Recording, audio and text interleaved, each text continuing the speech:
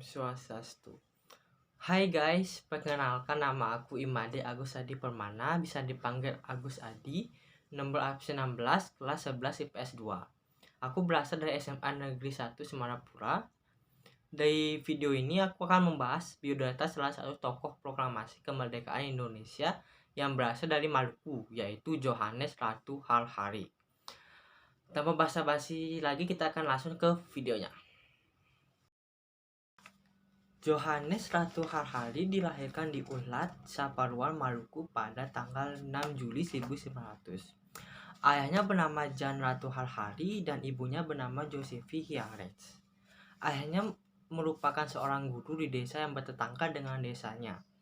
Johannes dan keluarganya merupakan penganut agama Kristen. Awalnya Johannes belajar di Ulat hingga usia 9 tahun, lalu ia pindah bersama keluarganya ke Ambon. Di Ambon ia belajar di sekolah European Rager School atau ILS Belanda. Umumnya ILS hanya menerima anak-anak keturunan Eropa, namun karena ayah seorang guru, jadi ia dapat diterima masuk. Ia belajar di ILS sampai tahun 1917. Setelah itu Johannes pindah ke Batavia dan ia belajar di sekolah Hoger Burger School atau HBS sampai tahun 1923. Selulusnya dari HBS, Johannes memperoleh beasiswa dari Dana Amal Ambon Study Funds sehingga ia dapat belajar ilmu hukum di Universitas Leiden. Di Leiden ia menjadi putra daerah Maluku pertama yang memperoleh gelar Minster in the atau Minster pada bulan Juni 1927. Selain belajar hukum, Johannes juga banyak bergaul dengan anggota Perhimpunan Indonesia di sana seperti Ali Sastro Midjojo dan Iwa Kusuma Sumantri. Sepulangnya ke Indonesia, Johannes diangkat menjadi asisten hakim di Pengadilan Tinggi Surabaya berbekal rekomendasi dari dosennya yaitu Cornelis van Vollenhoven. Ia kemudian diangkat menjadi hakim penuh di Surabaya sebelum ditunjuk menjadi hakim ketua di Pengadilan Negeri di Klaksaan, Probolinggo pada tahun 1929.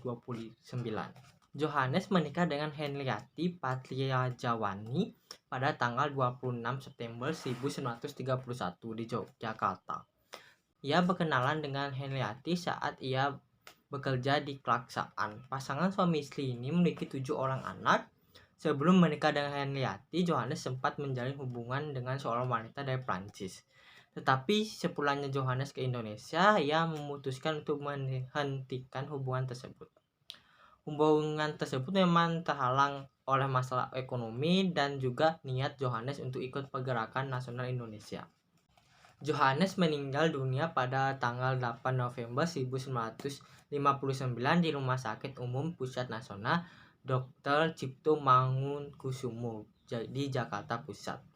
Ia sebelumnya jatuh koma sebelum berangkat ke gereja pada 6 November sepulangnya dari kunjungan kerja ke Riau. Keesokan harinya pada tanggal 9 November 1959, Johannes Ratu Harhari dimakamkan di Taman Makam Pahlawan Kalibata. Peran Johannes Ratu Harhari dalam proklamasi kemerdekaan Indonesia dimulai ketika Jepang menjanjikan kemerdekaan kepada Indonesia pada awal tahun 1945, yang dimana Johannes ditunjuk sebagai anggota Badan Penyelidik Usaha-usaha Persiapan Kemerdekaan Indonesia atau yang disingkat dengan BPUPKI untuk mewakili Maluku.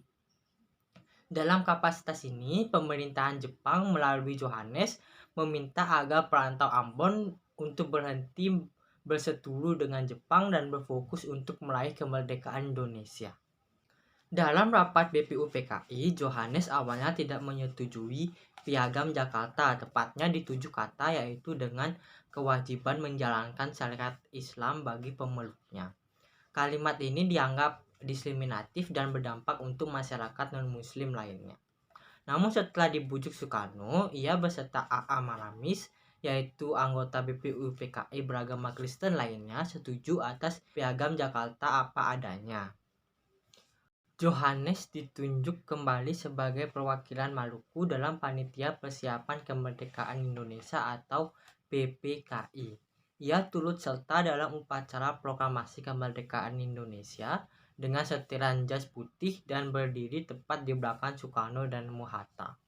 Dalam sidang PPKI tanggal 19 Agustus 1945, Johannes ditunjuk sebagai gubernur Maluku bersama dengan ketujuh gubernur provinsi-provinsi lainnya. Meskipun begitu, ia tidak dapat pergi ke Maluku yang sudah diduduki oleh tentara Australia sesuai penyerahan Jepang, sehingga jabatan gubernur ini pada awalnya hanya ada di atas kertas. Johannes lalu menjadi bagian anggota Badan Legislatif Komite Nasional Indonesia Pusat sebagai wakil ketua. Setelah tentara Australia menyerahkan kekuasaan di Maluku ke Belanda, perekrutan tentara KNIL langsung dimulai kembali. Johannes kemudian meminta wewenang atas perantauan Maluku di Jawa dan Sumatera dari Soekarno. Awalnya permintaan ini ditolak, tetapi setelah Hatta turun tangan, Soekarno setuju dengan syarat wewenang ini akan diserahkan ke orang lain begitu Johannes bisa berangkat ke Maluku. Pada bulan Desember 1945, Johannes membuka sejumlah kantor-kantor di kota-kota sekeliling Jawa untuk mengatur agar para perantauan dari Maluku dapat kembali dengan selamat. Seusai pengakuan kedaulatan Indonesia melalui meja bundar, Johannes berangkat ke Maluku untuk menjabat sebagai gubernur de facto. Sebelum ia tiba, sempat terjadi pemberontakan Republik Maluku Selatan dan TNI meluncurkan suatu operasi di kota Ambon, sehingga kota tersebut menjadi luluh lantah karena pertempuran. Setibanya Johannes di sana, ia mulai memperbaiki sistem pemerintahan di bekas Medan Perang tersebut dengan merekrut bekas anggota Serikat Ambon dan sejumlah mantan pegawai negeri zaman Belanda untuk mengisi lowongan-lowongan pemerintahan di provinsi. Serta daerah Maluku Selatan juga dihapuskan dengan diganti dengan dua kabupaten Maluku, yaitu Maluku Tengah dan Maluku Tenggara. Johannes menjabat sebagai gubernur selama dua periode, yaitu yang pertama 1945 sampai 1950 yang secara tidak fisik, yang kedua di tahun 1950 sampai 1955.